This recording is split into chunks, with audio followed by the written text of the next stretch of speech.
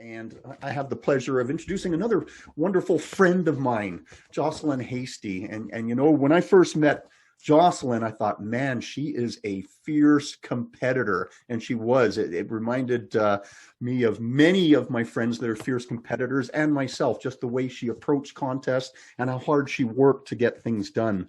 And I was thinking some leadership words to describe Jocelyn: go-getter, focused, determined, and leads by example. It was absolutely wonderful to watch her lead as our district director just last year as well. Here is her official introduction. Jocelyn Hastie believes that you get out what you put into an organization. Awarded District 42 Rookie of the Year for 2016 and 2017, she carried on as a Pathways Guide, Division D Director, then District Director. Our district gave her the opportunity to transfer the skills she learned in 30 years of supervising employees to leading leaders in District 42. This lesson learned as a Pathways Guide helped her leading our district into online meetings, contests, and conferences. This unexpected opportunity allowed her to put strategy into action, and she reveled in the opportunity to test her wings in these truly extraordinary times. You never know what opportunities will present themselves when you step up into district leadership. Please help me welcome distinguished Toastmaster and immediate past District Director, Jocelyn Hastie. Thanks so much, Russ. And I have to say that Russ was one of the first people that stepped forward to give me a hand when I started out being a competitor. And Russ was hugely helpful and, in fact, spent time with me to teach me how to stage my speech better before I hit the district stage. He was always a terrific supporter, and I really appreciated what he did. Before I get started, someone else has joined us who is a former Area Director of the Year. And I have asked Cheryl Dust to give us a few moments and talk about what she learned and what she got out of being an Area Director. I hope you're ready, Cheryl. I am. Thank you, Jocelyn. I think my biggest learning from being an Area Director was that I learned how to influence without power. I had worked many years as a supervisor, and I'd spent my time in the federal government as well, worked privately. And I think the biggest thing to remember is there's a great opportunity for us to be able to work with others and learn that we do that by building relationships. This is an excellent opportunity for you to learn to build relationships. Through that, I must say, I didn't only build through Toastmasters in the formal sense, in that I learned to pick up a video camera. I've had the pleasure since then of working with Russ, working with Jocelyn, and it helped me to form my way into a new career in retirement. And one thing I'd like to share with you, I hope that from the last time I had spoken with you and I talked to you a bit about looking at the document for a year in review, you look back, and as you look forward to finishing your year, you see what you've accomplished and what those opportunities are, and plan, and you learn how to do projects, how to plan, how to work with others. And I always will look back and think it was a great honor to have been the District 42 Area Director of the Year, but there was so much support, and I was able to build a lot of friendships. And I will still say thank you to my mentors, because through that, I think Shelley Goldbeck and Jocelyn, you carried me, and thank you. Best wishes to all of you. Thanks so much, Cheryl. When I first joined Toastmasters, I joined because I planned to become a professional speaker. And that was what I thought I was going to get out of it. I didn't think I had a lot to learn in leadership, because by the time I joined, I had more than 3 decades of supervisory experience, and I thought I knew it all.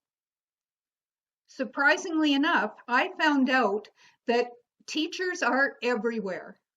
And although I learned a lot about managing by being a supervisor, I hadn't learned a lot about leadership. And before Toastmasters, my biggest teachers in the area of leadership were horses. Why was that? I didn't have any way of hiring or firing them. And given the disparity in our sizes and strengths, I really wasn't going to have much luck in overpowering them. But what I did learn was that if I could be careful and I could figure out what they needed to feel safe and get along with me and provide that to them, I could be a leader. They were constantly checking out, am I safe with you? If I follow you, will I be safe? And those lessons I learned from the horses, I took into my job. Now, I wish I had known about Toastmasters before I retired from being a CPA, because I got to tell you, it would have made a huge difference. When I jumped into Toastmasters, I jumped in with both feet. I believe in the idea of trusting the process. And I figured that if Toastmasters had been around for almost 100 years and helped more than 1 million people, the program probably had merit. And I should just work it as it was set out. So my idea in doing a DTM was not so that I could win awards and accolades. It had everything to do with trusting that the organization in 100 years had figured out a thing or two in how to build leaders. Now, most of us, when we come in, think that we're going to learn public speaking. And then we find out we get to learn about listening. And we get to learn about evaluating. And what I've seen is that there are very few places in the world where you can really practice the skill of evaluating tactfully. And even more importantly, there are not a lot of places in the world where you get to practice accepting feedback. Especially when you're in a management position at work, you tend not to get a lot of feedback. You tend to give a lot, but you don't tend to get a lot. So I think that these are some places where the Toastmasters organization can help us tremendously and allow us to practice skills. I'm a firm believer that we get better when we practice, and this is a safe place to practice. Nobody gets fired from Toastmasters. However, we do get a chance to develop some skills that we might not learn otherwise. I really see the difference between managing and leading. And I've seen it, interestingly enough, again, with the horses. This little horse over here is Colorado, and he was the boss of my herd of horses. What that meant is when I threw out the piles of hay, he always got the first pile. And he ruled with an iron fist. He had a little brother named Ricky, and Ricky was way lower on the hierarchy. Ricky got one of the last piles of hay. However, when I went out to the field and caught Colorado, nobody cared. And in fact, they were really kind of happy that the jerk was gone so that they could be happier in the field. When I went out with the halter and caught Ricky, all of the horses followed. They wanted to be with him. Colorado had power. Ricky had influence. I thought about that a lot and thought, how wonderful would it be if I could become the kind of leader that had both power and influence? And the two things could go together. And I got to practice that when I was district director.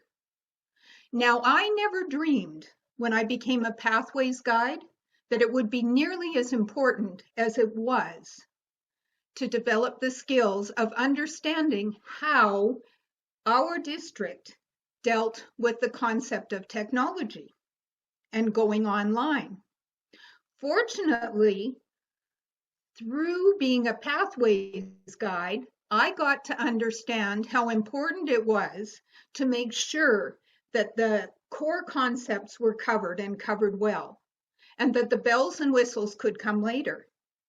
When we began to move forward into taking D42 online, we started with the concept of getting the clubs online, getting their club meetings online.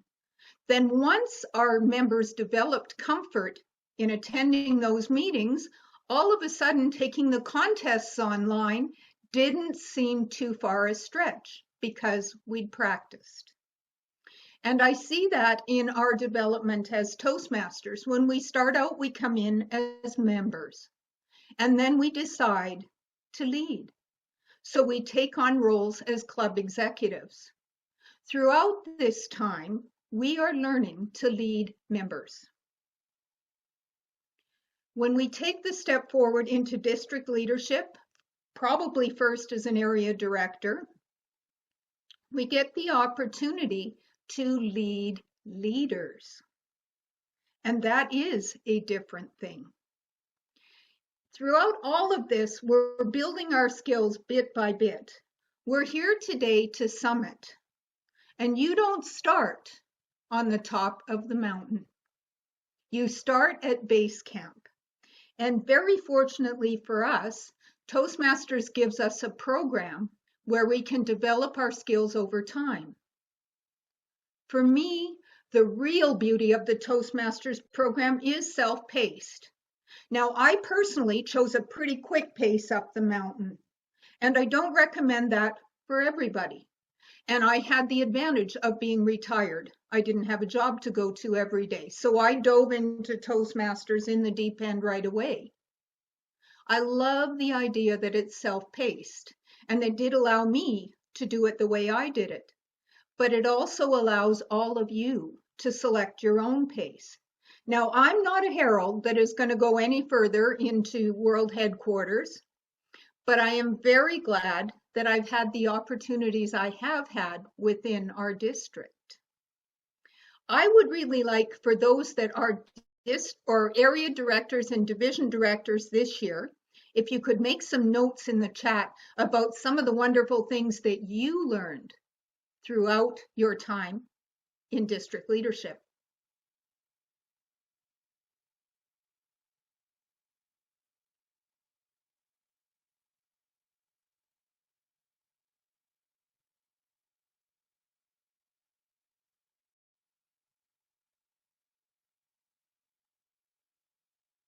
I'm loving that I'm seeing all this listening, and I think that's absolutely true. To me, it's all about practice, and this is a place where we get to practice that.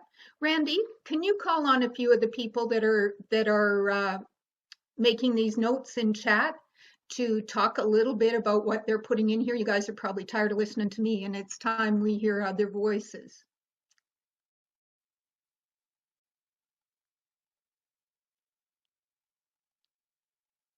Rebecca, can you talk to us about collaboration and delegation? Oh, well, thanks, Jocelyn. I just thought I'd pop that right in there. But I've gone through learning the last 2 years, actually. I started out as an area director 2 years ago, but I've really started believing that I had to step away.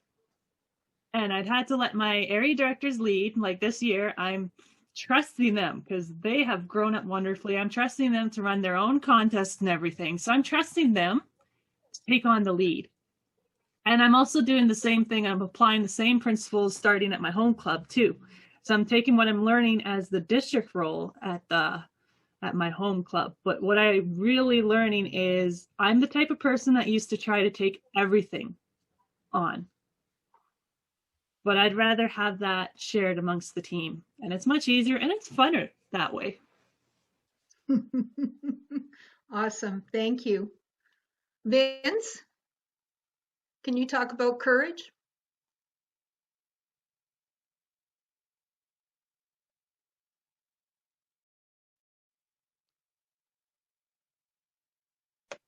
He's on mute. Sorry about that.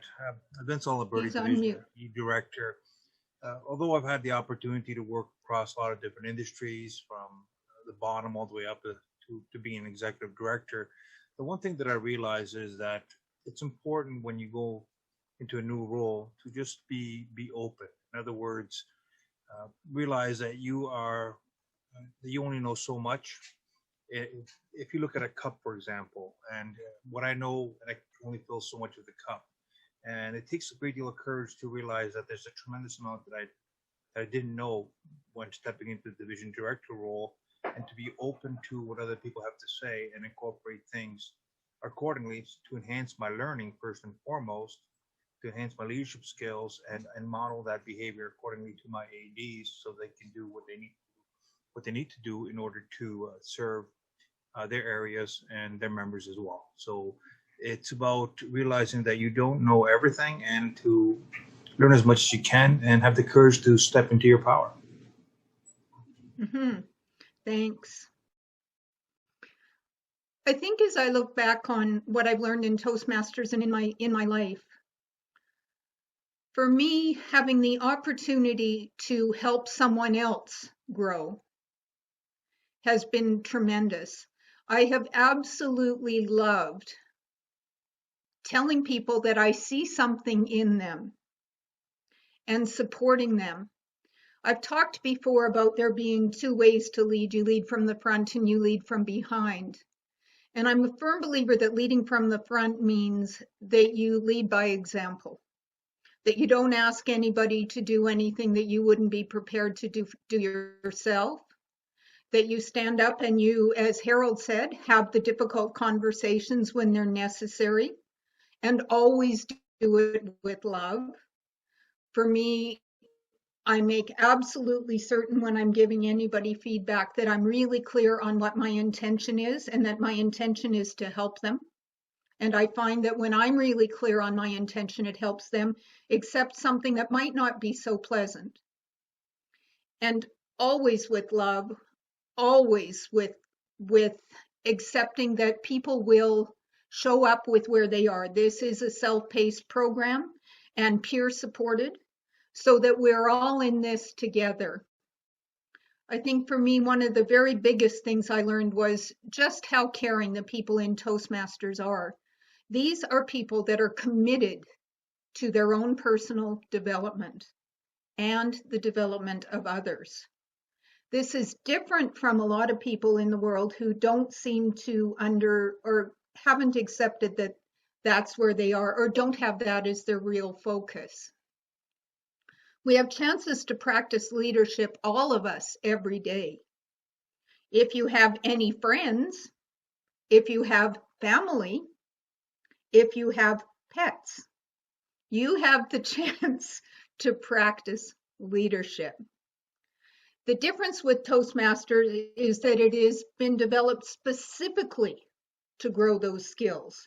So there are opportunities for you to learn leadership all the time, every day, but there are not that many places where it is specifically what we're being brought together to practice and learn.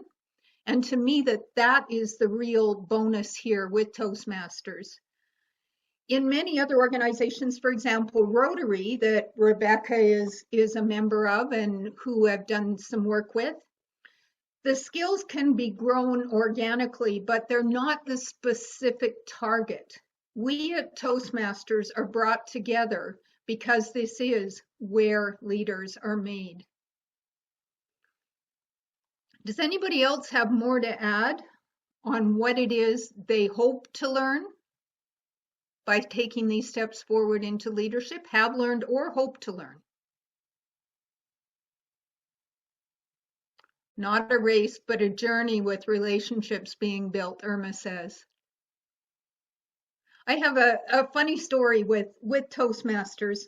One day, I don't know, about a year ago, I decided to take an anti-technology day. I wasn't turning my cell phone on. I wasn't looking at emails. I wasn't doing anything.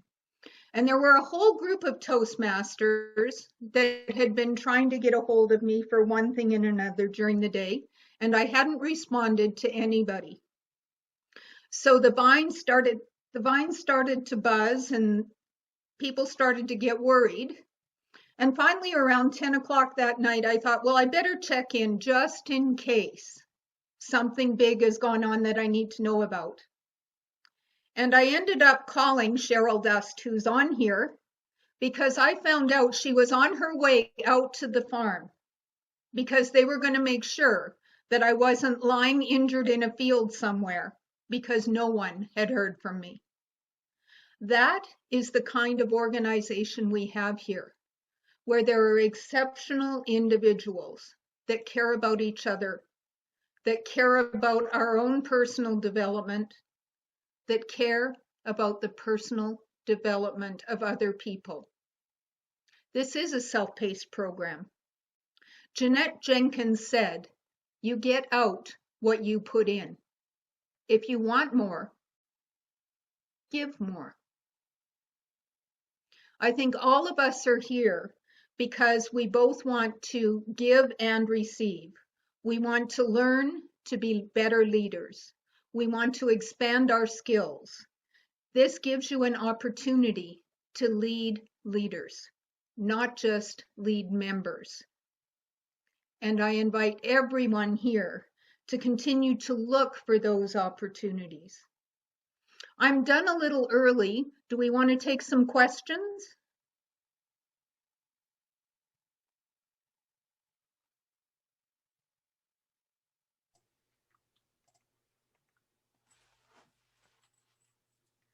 Jocelyn, I have a question for you.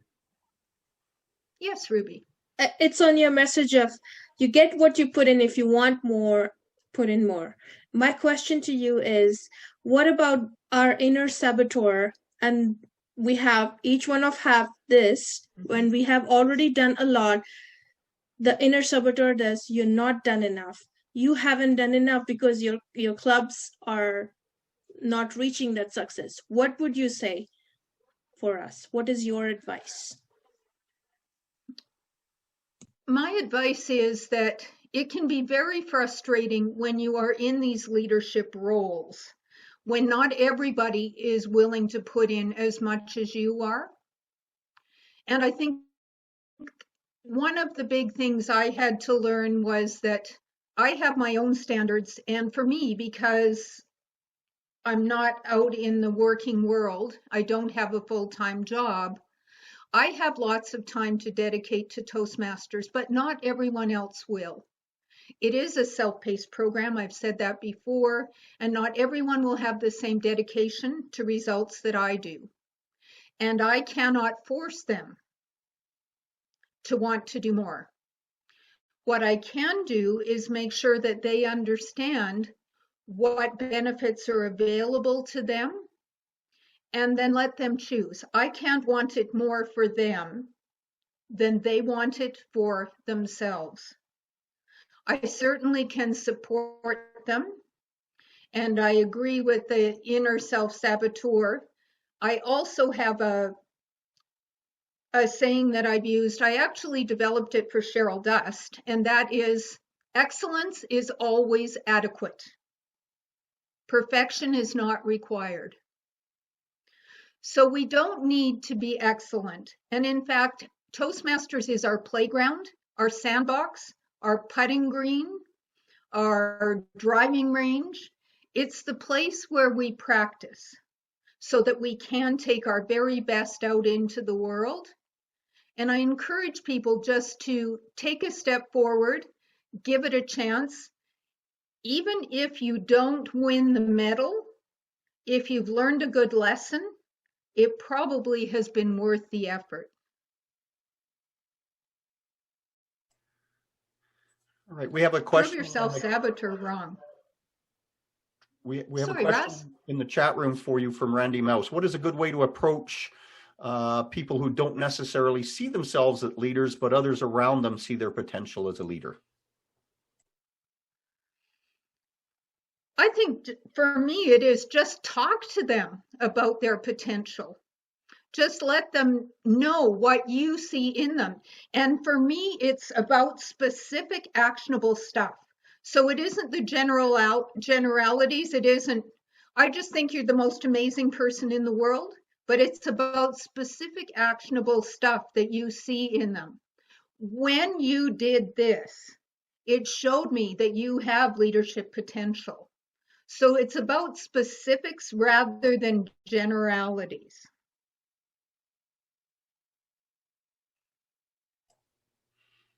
Awesome. I Do we think, have any other?